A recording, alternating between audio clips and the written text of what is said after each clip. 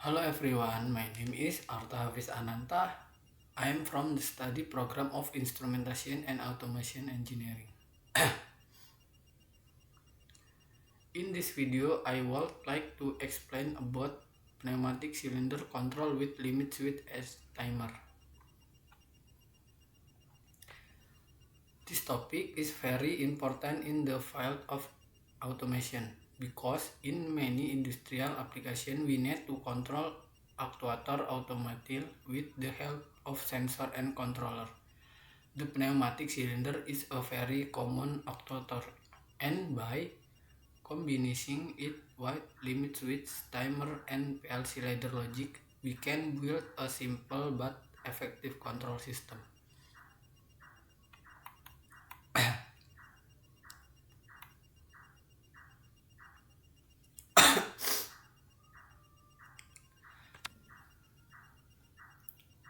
First object, to understand the working principle of a double-acting pneumatic cylinder in an electropneumatic system. A double-acting pneumatic cylinder operates by using compressor air on both sides of the piston, allowing it to move forward and backward with force. In the electropneumatic system, the cylinder movement is no longer controlled manually but automatically by solenoid valve and electrical signal from the PLC. By learning this, we understand how mechanical motivation in production and control in automation system.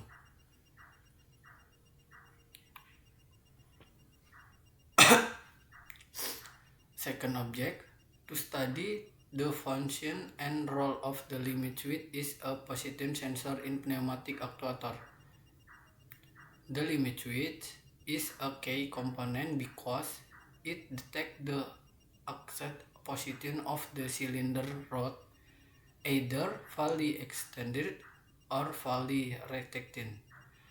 When the cylinder rod presses the actuator of the limit switch, the internal contact changes state and send an electrical signal to the PLC.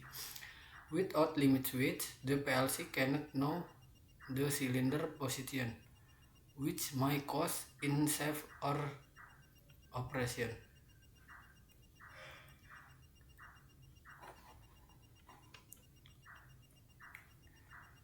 Third object, to design and analysis an on-off control circuit for a pneumatic cylinder by integrating a limit switch sensor and a timer. In the practicum, we design a control system where the cylinder extend and retract based on signal from limit switch and delay from timer.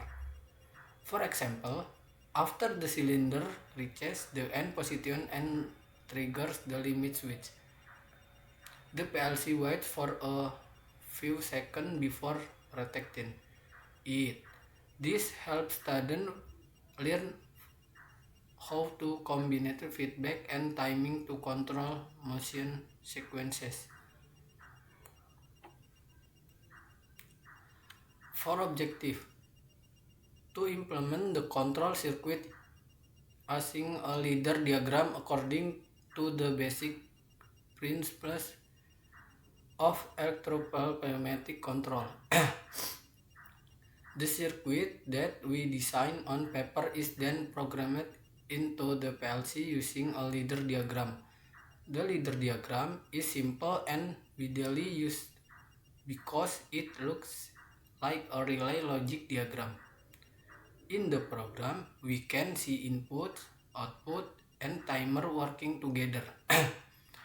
This allows the pneumatic system to run automatically according to your design.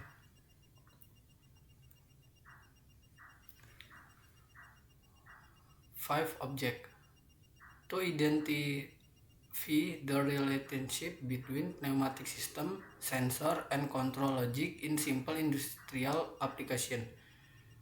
Finally, we see the integration between pneumatic actuator, sensor, and PLC control logic. This relationship is the same concept used in industry, where actuator from mechanical work, sensor profit feedback, and PLC control the squares. Even though we as a sample trainer board, the concept represent real industrial automation system.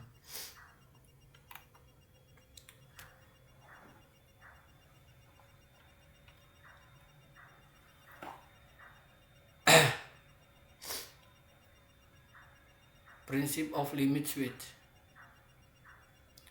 Now, let us discuss the working principle of the limit switch in detecting the position of the pneumatic cylinder. A limit switch is an electrical magnetic device. It has a mechanical actuator, such as a roller or a lever, which moves when touched by the cylinder rod. When the actuator is pressed, the internal contact change state. Normally open contact become closed and normally closed contacts become open. The simple mechanical action produces an electrical signal. The signal is then sent to the PLC input. So the PLC know a calculation when the cylinder has reached its extended or reached position. With this information, the PLC can decide what to do next. For example, stop the cylinder, reverse its movement, or start another sequence. So the limit switch is very important because it translates mechanical motion into electrical signal, allowing precise and safe control in automation.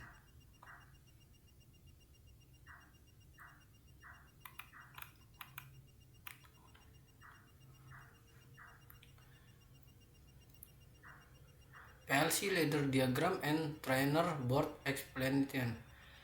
In the ladder diagram program, there are three main elements: input, output, and timer. In the ladder diagram program, there are three main elements: input, output, and timer. The input come from push button and limit switch. For example, 10-0 may be the start button, 10-1 may be the stop button, and 10-2 may be the forward limit switch. The output are connected to be solenoid valve that drive the pneumatic cylinder. For example, 0 is used to extend the cylinder, while 01 is used to retract it. The timer is used to create a delay. From example, T0 may be set to 5 seconds, meaning the PLC wait 5 seconds before perform the next action. The sequence is as follows. When the start button is present, the PLC extends and the cylinder extends. At the same time, the timer begins counting. After 5 seconds, the timer finishes and triggers the next action. The PLC then energizes and the cylinder retracts. Limit switch confirm whether the cylinder has fully extended or retracted. On the PLC trained board, we can see this clearly. The input indicators light up when a pass button or limit switch is pressed. The output indicator shows which solenoid valve is active. The pneumatic cylinder moves forward or backward exactly as programmed in the ladder diagram. This practicum demonstration for how theory, programming, and hardware all work together in automation.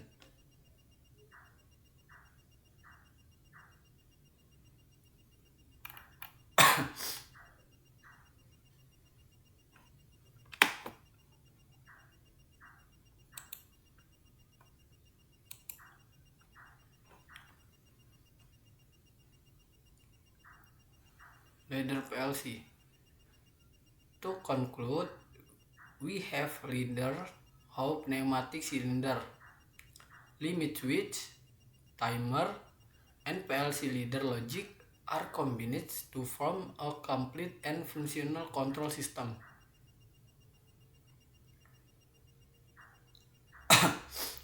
The cylinder provides motion, the limit switch gives feedback, the timer ensures precise delays, and the PLC coordinates everything based on the ladder diagram program. This practicum does not only teach us the theory but also shows how these concepts are applied in practice using the PLC trainer board. Even though the step is simple, the same principles are widely used in industrial such as manufacturing, packaging, and process control. I hope this explanation gives a clear understanding of pneumatic cylinder control with limit switch and timer.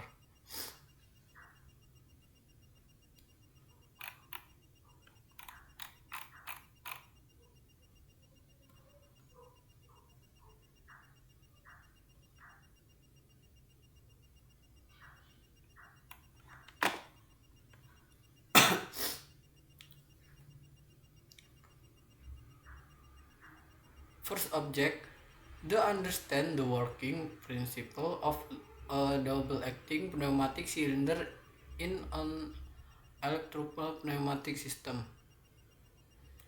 A double-acting pneumatic cylinder operated by using compressed air on both sides of the piston, allowing it to move forward and backward with force.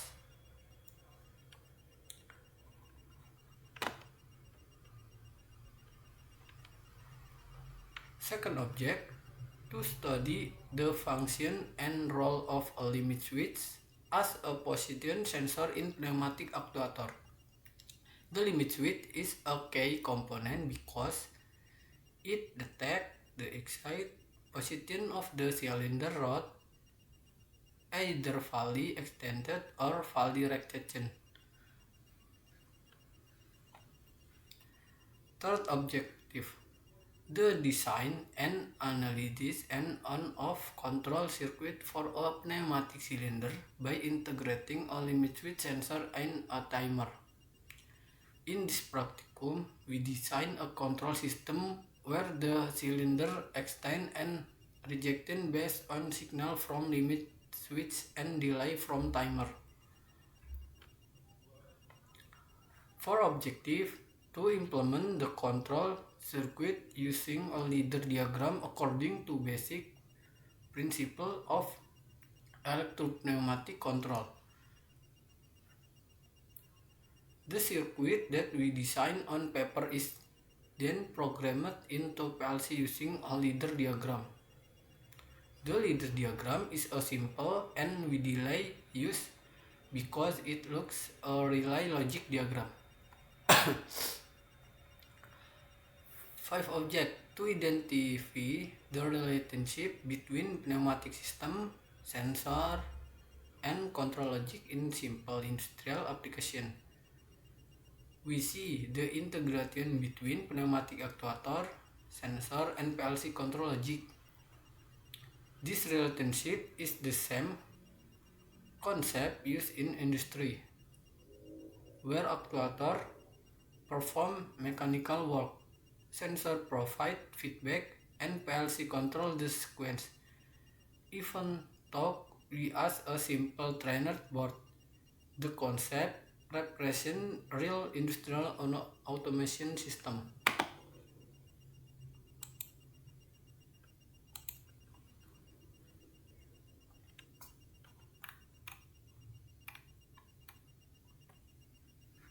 Principle of limit switch.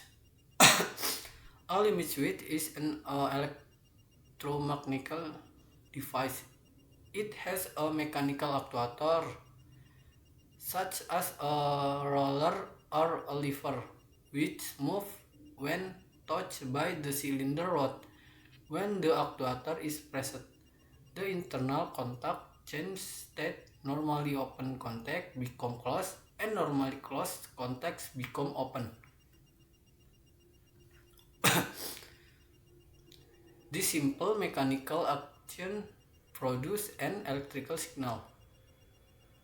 The signal is then sent to the PLC input, so the PLC knows instantly when the cylinder has reached its extended or retracted position. With this information, the PLC can decide what to do next. For example, stop the cylinder, reverse its movement, or start another sequence. So the limit switch is very important because it translates mechanical motion into electrical signal, allowing precise and safe control in automation.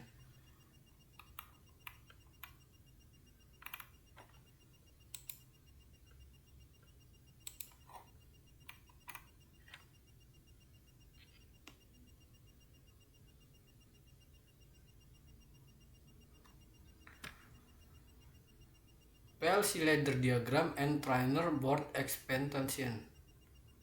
In the ladder diagram program, there are three main elements: input, output, and timer. The input comes from push button and limit switch. For example, might be the start button, might be the stop button, and might be the forward limit switch. The output are connected to the solenoid valve that drive the pneumatic cylinder. For example, used to extend the cylinder, while is used to rotate it. The timer is used to create a delay. From example, might be set to 5 seconds, meaning the PLC wait 5 seconds before perform the next action.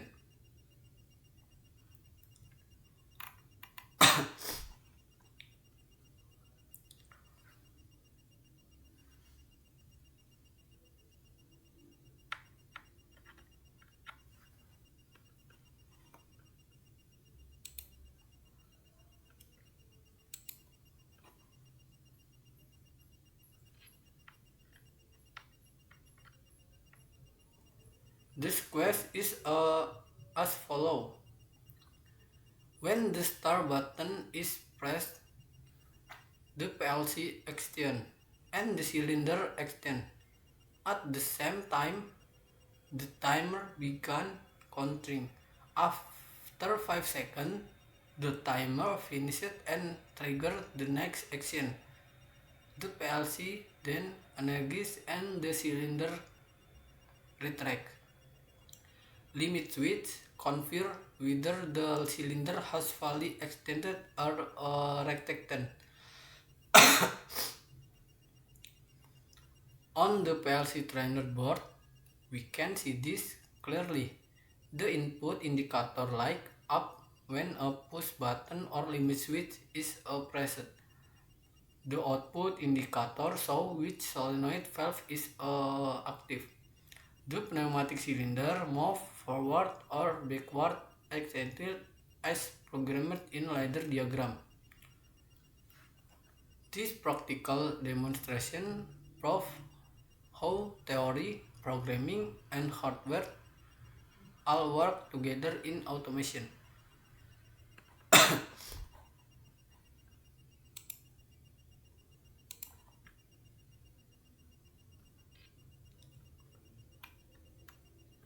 I hope this explanation gives a clear understanding of pneumatic cylinder control with limit switch and timer.